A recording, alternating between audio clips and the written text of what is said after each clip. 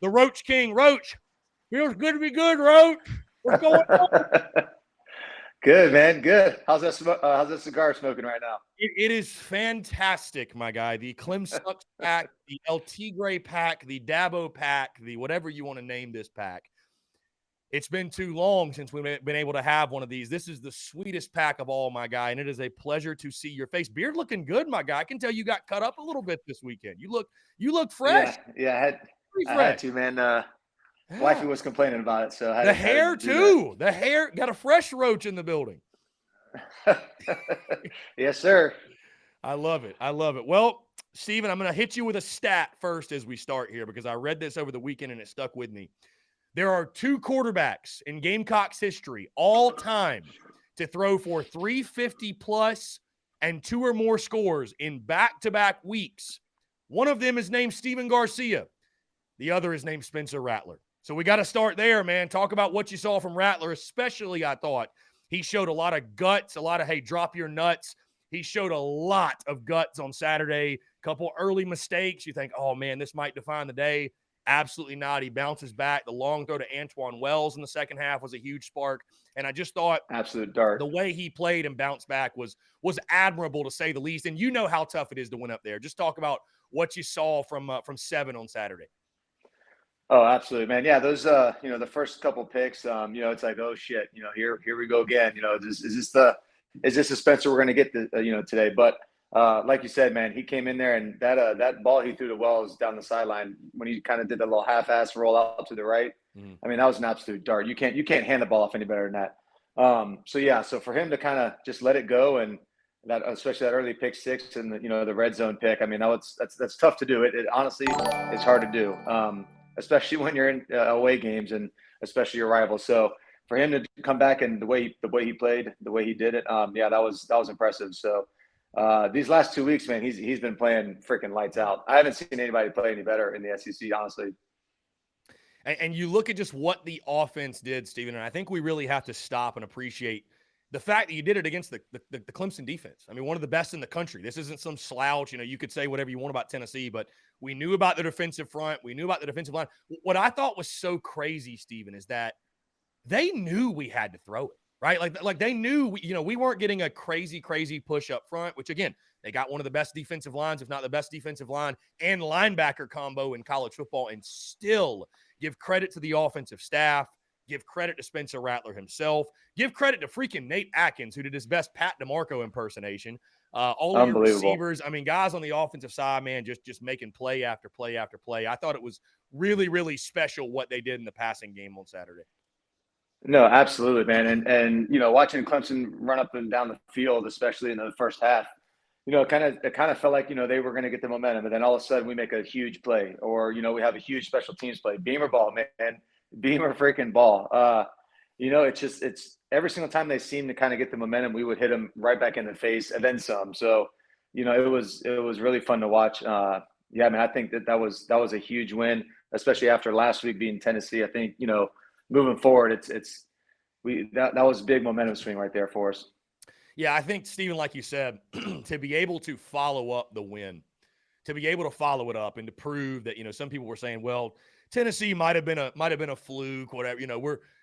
Clemson needs this one for style points, and Beamer pointed out very quickly in the post game that no, they needed to win the football game, right? And I thought that just kind of spoke volumes to the attitude, if you will, of this football team and the belief. And it's just crazy, Steven, that we sit here, 2 weeks to the day after what happened in Gainesville, and it's just, I mean, to me, it's incredible that this football team was able to be resilient, rally together, and dude, I mean, back-to-back wins over top 10 teams, first time in school history. That is history. It's insane. Awesome. Unbelievable. It's insane. Oh yeah. You mentioned let's give some love to the defense, man, because again, drop your nuts has been the theme, and I thought the way this defense played in that second half, especially, I think Clemson had 6 drives or 5 drives or something, and all but one of them went for 25 yards or less. I mean, you can't say enough good things about what that defense did. And then also they hold, DJU to 99 yards. I know you and I had some conversation about DJU this morning. I was just about to say something about that. Yeah, man. That was, as a Carolina fan, that was fun to watch. But if I'm a Clemson fan, I'm just shaking my head like, what in the hell is going on? Why is this kid still playing? I mean, I could literally see the ball fluttering out of his hand every single pass that he was throwing that game. I don't know if his hands bothering him or what the hell was going on, but I talked to a couple kids, well, one kid specifically, I don't want to mention any names, from down here in Tampa, who I used to train, and I was like, dude, you gotta send DJ down here, man, for some quarterback lessons, man. I'll try to fix his spiral, but good lordy, that was They wow. even said something on the telecast about the ball fluttering out of his hand. They used the exact word. The ball's fluttering out of Yeah. DJ's hand. So, yeah, I mean, hey, And it's not the first game that I've seen him do that, man. I've watched a few Clemson games, and it's Peyton Manning didn't throw a tight spiral, but I mean he was at least accurate. right. And the ball was on time. That was that was baffling to watch that game. The game that he played. I don't know what the hell was going on. Well, we It certainly was won't good for complain. us though. Yeah. The Gamecocks will hey, Exactly. we'll take Exactly. it. We'll take it. We'll take it for sure. And credit the secondary as well, the way they played. You knew that was the strength, and able to get enough out of your defense. Steven, let's switch gears a little bit.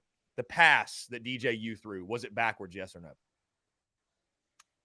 Which one? The one It looked like that all of was them were like the going backwards. lateral the one that was like the lateral that they reviewed that they said was they said was not a fumble, which I was losing my freaking mind. I don't know if you recall which play I'm talking about, but Was that in the beginning of the game? yeah, that was early on. That was like Okay. Yeah. beginning. I missed I missed the first couple drives Okay, actually for fair both enough, fair teams. enough. So Well, on that note, I'll just say this. Drop pick 6, that play, red zone INT, safety, Carolina still wins the football game. Like, I'm sitting here saying, Clem sucks fans, be happy you lost by 1 point because it should have been worse. right. It genuinely Oh, it should have been definitely could have. worse.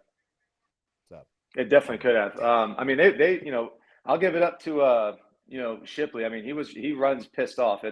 He kind of reminds me of Mike Allstott, if you guys remember oh yeah. that guy. But guys, I mean, he was running pretty pissed off. But I mean, that was the only bright spot of their offense.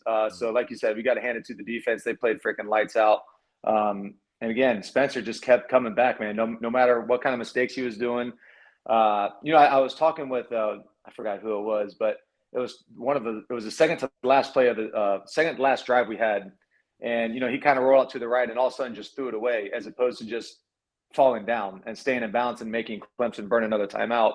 I was like, man, what the hell is he doing? Why not just literally just fall down, make Clemson burn a timeout? But again, he just makes a mistake, accepts it, moves on, and ends up making a game-winning drive the next time they get the ball after what Clemson fumbled that punt return. So the stars aligned, man, and everything happens for a reason. So I'm happier than a pig in shit right now. I love it. And hey, let's definitely, you mentioned it just a second ago, but Beamer ball. I mean, bro, Kai Kroger for freaking Heisman. Like, if he doesn't win the Ray Guy, just throw it out. Throw it out. Throw it For out. sure. I mean, that For was sure. insane. Like, I went back and watched the replay last night, and I mean, this dude was just dropping them, hitting 60-degree wedges down to the 1 yard line. I mean, just No kidding. it's nuts. I mean, he's been doing that. He's been doing that shit all day long, or not all season long. It seems like. I mean, it seems like every single time he's out there, something typically good happens. Yeah, it's crazy. I mean, you don't necessarily want to see your punter out there a ton, but I mean, that was a weapon for Carolina. I mean, I think a Clemson offense no was doubt. already Absolutely no doubt. struggling to find any sort of passing game, like making them go the length of the field. I thought was a huge part of the success in that ball game. I'll ask you, Steven, obviously, again, you're an offensive guy, just overall schematically how this team attacked the Clemson defense. What were some of the things you liked the most? I mean, obviously, again, the results, but besides that, was there anything specifically you thought they did a really good job of exploiting specifically that you saw? Or I think kind of getting Rattler out of the pocket a little bit more consistently. I felt like that was a pretty good move. Also, some of those quick passes, throwing out to Amarian Brown and a couple of these other screen routes, screen guys. I mean, thought it worked out pretty well. I thought it was a great game plan, and I don't hear many people complaining and saying Satterfield get him the hell out of here. I don't hear many people saying that on social media anymore. So now they're saying he might get hired by Nebraska and Matt Rule, and everybody's like, oh shit, what are we gonna do? So my guy, it's done. It's done. He's it's done. already done. It's done. Yes, it's done. Sat to so Lincoln. that happened what 20 minutes ago? Yes. Well, right before we came on, yeah, it was like officially official. Oh, All the I don't think like Nebraska has dropped it, but all the reports from ESPN have come out. It's a done deal. So I guess, hey, breaking news for you. Your thoughts on going to wow. work for Rule, who he has an extremely close relationship with. Your thoughts on him making the jump? I mean, can you blame him? Can you blame him? I mean, he caught a lot of shit for the last 2 years, realistically. Um, so I mean, I don't necessarily blame him. I know he's got the relationship with Rule through Temple and Baylor and Carolina, and are the Panthers. So, uh, I'm not. I'm happy for him. I'll Yeah. say that much. He's always been cool as shit to me. Mhm. So I'm gonna send him a little congratulations text after we get off. But yeah, so now we got the hunt for who's going to be the next OC.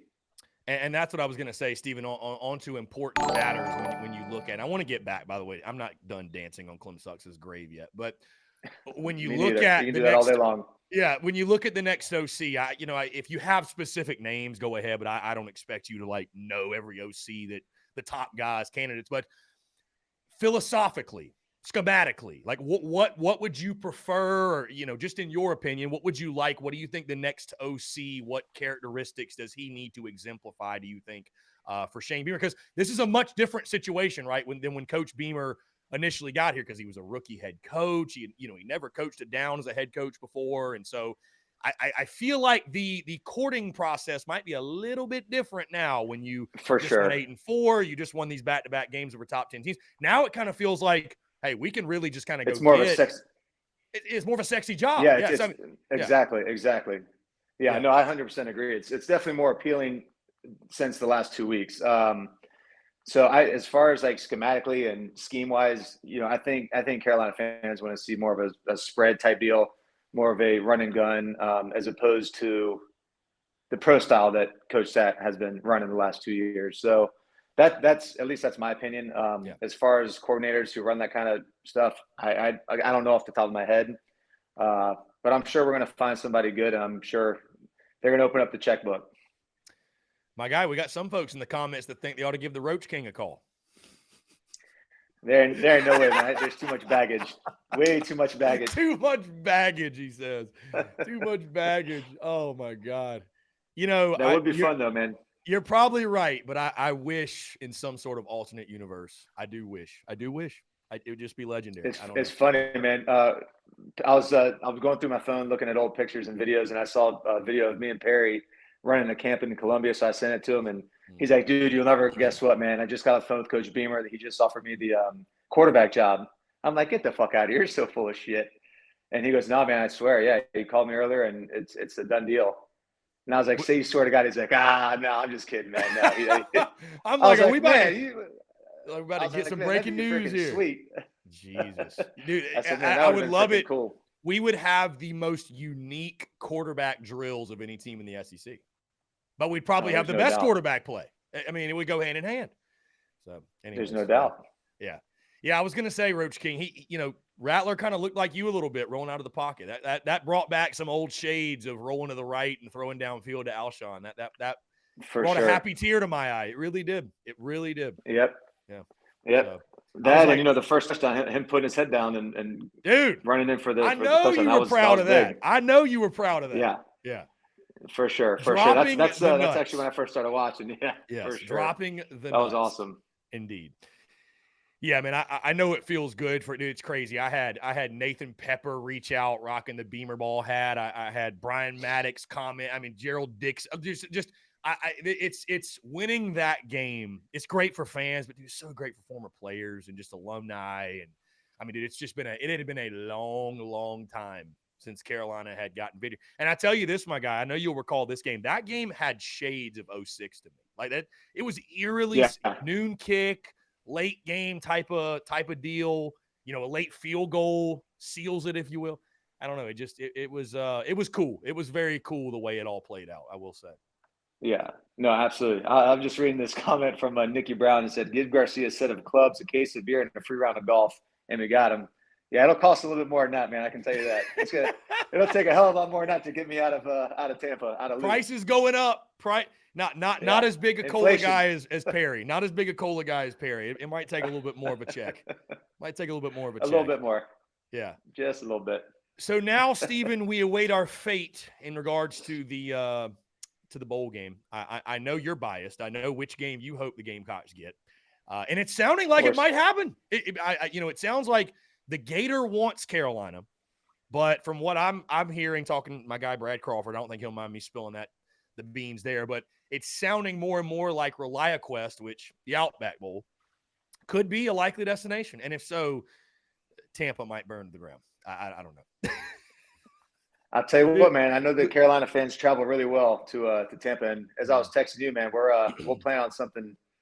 And something dude, for I've like an never entire week been type to deal. Tampa. Or I take that back. I've been to, what is it, Clearwater or whatever, right next to it. Clearwater, yep. Yeah. So, but I've never been to Tampa, like legitimately Tampa. I've been to the Bucs Stadium. That's as much of Tampa as I've seen. So, yeah. Yeah, that's a very small sample size. Right. So, right. I'm hoping, sure. man. I'm definitely hoping because I'd definitely auction off some stuff and do some cool events and stuff. I mean, it'd be pretty fun. That's to say the least. Yeah, dude, for sure. Steven, this has been a hell of I know we're not completely done because, like I told you, we got the bowl game, and I definitely want to get your thoughts on that. But I want to say, my friend, and let me actually get your thoughts on that. 8-4 in year 2 of Beamer, man. And I thought what Beamer said that was so powerful after the game is that, he told the football team after they lost to Florida, hey, yeah, we're down and out right now, but these next 2 weeks could, if you win them, could completely change the outlook of South Carolina football and the trajectory. To go 8-4 in year 2 of Beamer, I mean, it was rough for quite a while, but to finish with that record, your just overall thoughts on the progress and what it means for the program to hit that mark in just his second year. It's truly baffling, man. I wish you would have hit this stride earlier in the year, and I wish you would have got a chance to play Arkansas again, Florida again, and Missouri again. I mean, those were, looking back, those are 3 very winnable games, especially where we are now. But that's, as they say, shit happens. So you can't go backwards. But yeah, man, if we get a chance to win 9 games this year, I mean, I don't think anybody predicted that. So if we can end up doing that and win another bowl game, go 2-0 in Beamer's first 2 years, it 100% changes the trajectory. And I think people will definitely start looking at Carolina football. I think taking it a little bit more seriously, I guess you could say. And now the transfer portal opens. We have players that have decisions to make in regards to their future. I'm just saying, I'd love to see Spencer Rattler back in Garden Bladden. Being totally honest, I'm being selfish. I would see it, but we will see how it plays out for him. Again, big decision to make, and I won't ask you because everybody, it's their own personal decision, but could be special next year, man. Could be very special. Absolutely. Yeah, we'll see how it plays out, but yeah, I'm very interested to see what they end up doing with this bowl game and where we end up going and who plays, who stays, who leaves. I mean, it's a lot of shit is up in the air right now. For sure. Well, Stephen, again, I appreciate you taking the time, man. I want to say thank you because of the value you provide to the audience and to the people. The people love hearing from you, just hearing your perspective and obviously your take on Gamecocks football. And again, I know we're all giddy here on this Victory Monday, and the trash talk is just beginning, my friend. So go enjoy it. I appreciate you. And, man, just a blast to talk with you, my guy. I appreciate it. Yes, sir, man. We'll talk soon, and let's see what happens on bowl selection. Yeah, man. We'll talk soon. Appreciate you, Stephen.